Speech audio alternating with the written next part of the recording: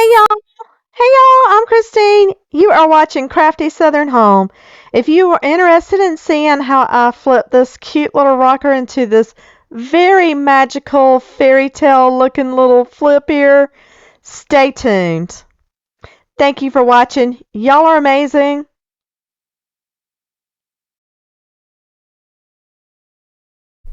Alright, this is our very humble beginnings. This is tired. Y'all look at it. But this has been in my garage for quite a while now, so it's time to come out and do something with it. So we're going to start off by cleaning it because again, it's been stored for a while.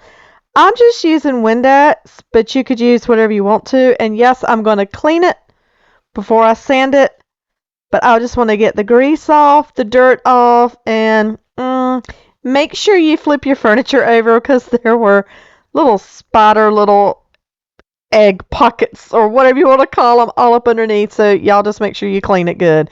Then I'm going to come in with, I think I used 150 or 180 grit sandpaper.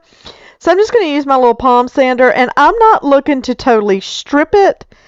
What I'm looking is to get off anything that's loose and hit the high points to just make sure that when I paint it, it's going to look even. It's just not going to look like there's some raised edges. So if you want to strip, I would recommend using some kind of stripping agent for that, especially because there's so many little rounded pieces. It's really hard to get in with a sander or anything, and elbow grease, still you can't get in all those little grooves. So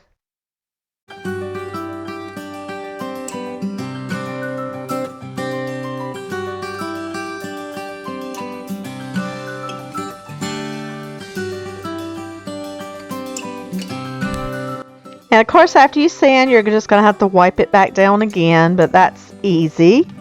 And then I'm coming in with, this is color Sage from Folk Art.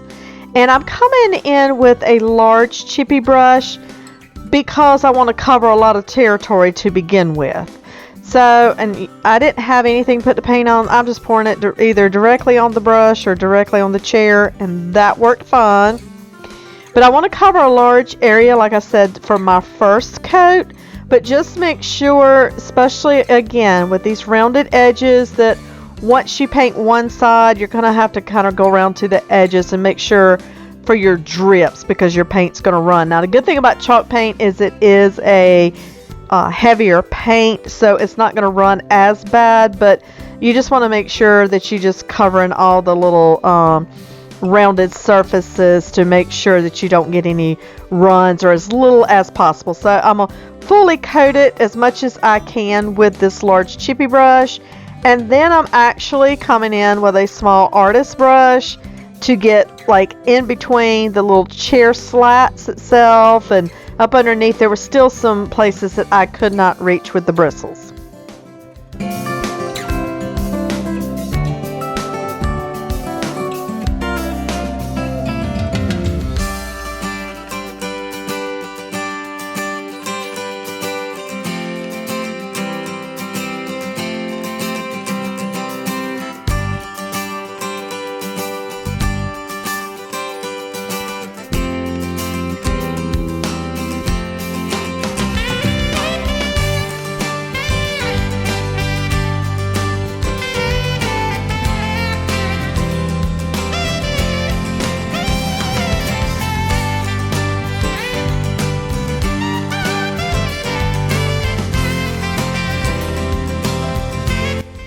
For my second coat, I am going to come in with my pointed sash brush, and I just feel like I can get more control with the paint, and just, you know, I wanted coverage on the first one, a large surface area, and now I want to get more refined. So I'm coming in with this brush, and then I do come in whenever that's dry. And I'm going to come in with some 220 grit sandpaper and give it a good sand. Now, I'm not looking to distress it. I just want to make sure that if I had any runs, I'm going to even that out. And I'm just going to make the product look a little bit more finished. So just remember, your higher your number, the finer your grit. So, just be easy. And I'm doing it with my hand because I don't want to sit there and wipe it all back to that yellow or to the wood. I just want to take off any high points. And I kind of rub it to see if anything feels uneven or gritty to me, maybe. And then that's where I'm looking to sand down.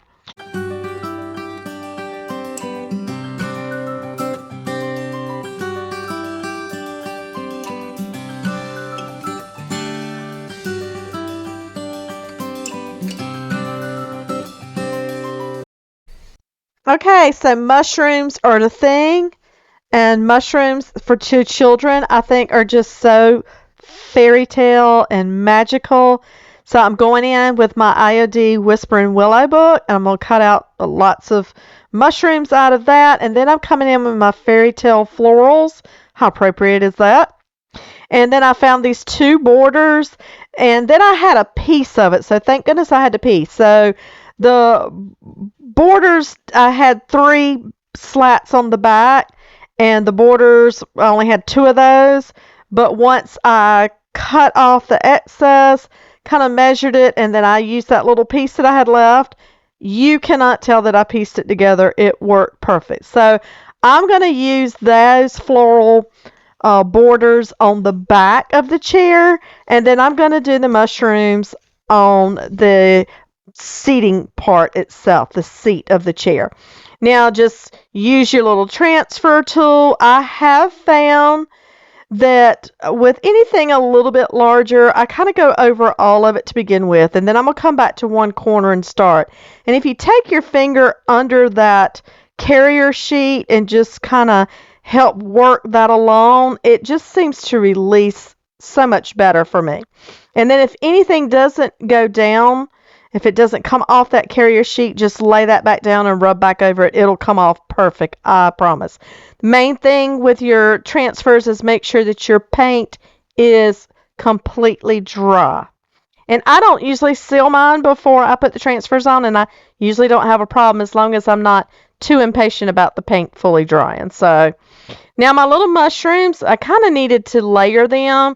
So I just wanted to make sure which one wanted to be in the foreground, which one in the background, how I want it. But again, the same method for using your transfer tool and laying them. And a good thing about transfers is you can layer them. So that's great. And I'm not going to worry right this second about anything that's going over the slats or in the slats, because we're going to come back and clean that up once we have everything down.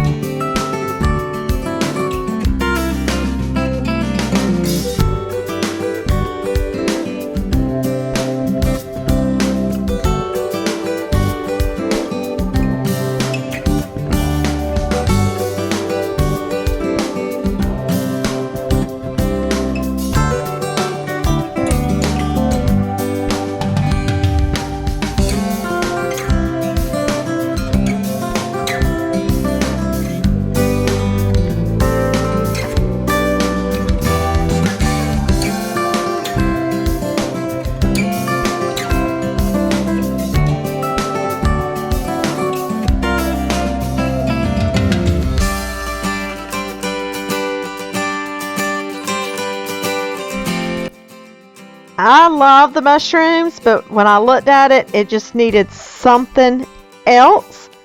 So I am bringing out the Christmas Yuletide booklet because these fairies. So I just had to decide which one I wanted.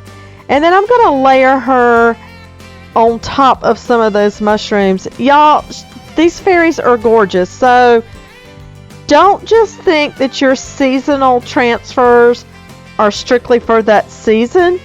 Sometimes you just have to think a little bit outside of the norm, and because she's not all that Christmassy, and she fits in perfect with the whole mushroom fairy tale magical thing we have going on with this rocking chair.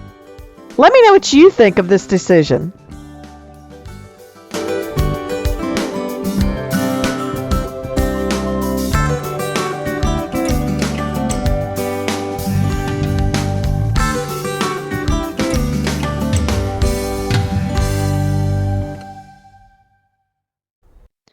Alright, don't forget with your transfers, you do need to either go over with your hand or flip that carrier sheet upside down and burnish in your project. You just want to make sure that all the corners are laying down in there real well. So you want to make sure that it becomes one with your project, okay? And then in the end, well, I'm going to show you here in a second. I'm sorry. We got to clean up where the chair slats are. So I'm just going to use an X-Acto knife, and that worked to cut it. But that also worked. I used the blade to go along the edges and to press in that transfer. So the X-Acto knife worked perfect. And then we just have a seamless little project. And then when everything is done, I am coming in with some shellac, some lacquer for a top coat, and I actually ended up doing 3 coats of it. I want to make sure that with little kids sitting in this rocker and using this rocker, that these transfers and this paint job is going to last for a long time. You guys, thanks so much for watching. I hope you enjoyed. Y'all are awesome. Y'all are giving me some good comments. I love some feedback. I love to communicate with you guys. If you're new, please hit that subscribe button. Y'all, it's totally free. It's free entertainment. Why not? I appreciate you guys. Y'all have a blessed week.